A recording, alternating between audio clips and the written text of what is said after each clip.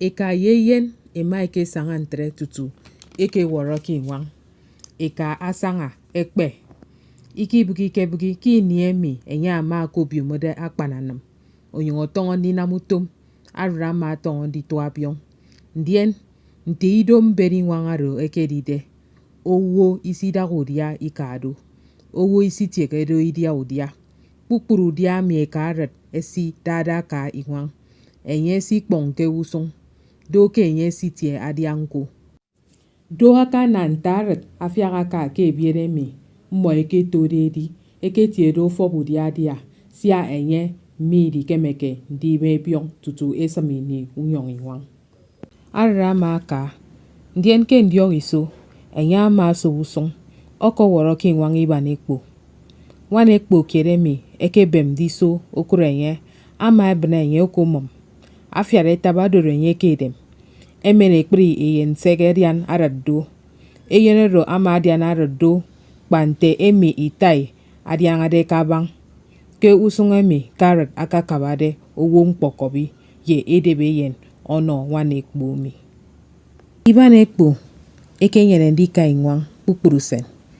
Mmo ekpong inwang mo eka ubri ke mbeniyang. Ndien dusugusen eka ufagaret esi tieti ko ono iyak esagaret ada anamudia ono ekbre yenesie. Wanekpo mi ikidika taidi owo. Enyama nyene kikere ete adie karet edi nyene di me inama paniko yimo tutu eyeni mo okpon oko worowo. Imo yidaret iki yakke obiosie. Kentagami enyama panaret ke okposongu yo ete enyo kudia odia oku wongmong obiekpo koro akpau senemi enye di nam dentre enye ya takdo kensinsi.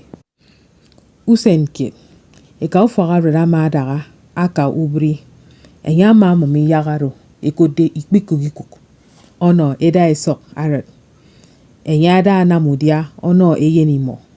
Ki ni emi sungutomo mi eke samdu fok. Enyama adwendi tobarode tobomi. Akabade o tobarete ke eyomenye emeni yagame ada ano ekbre yenemi ada ebrembre. Arama namtre.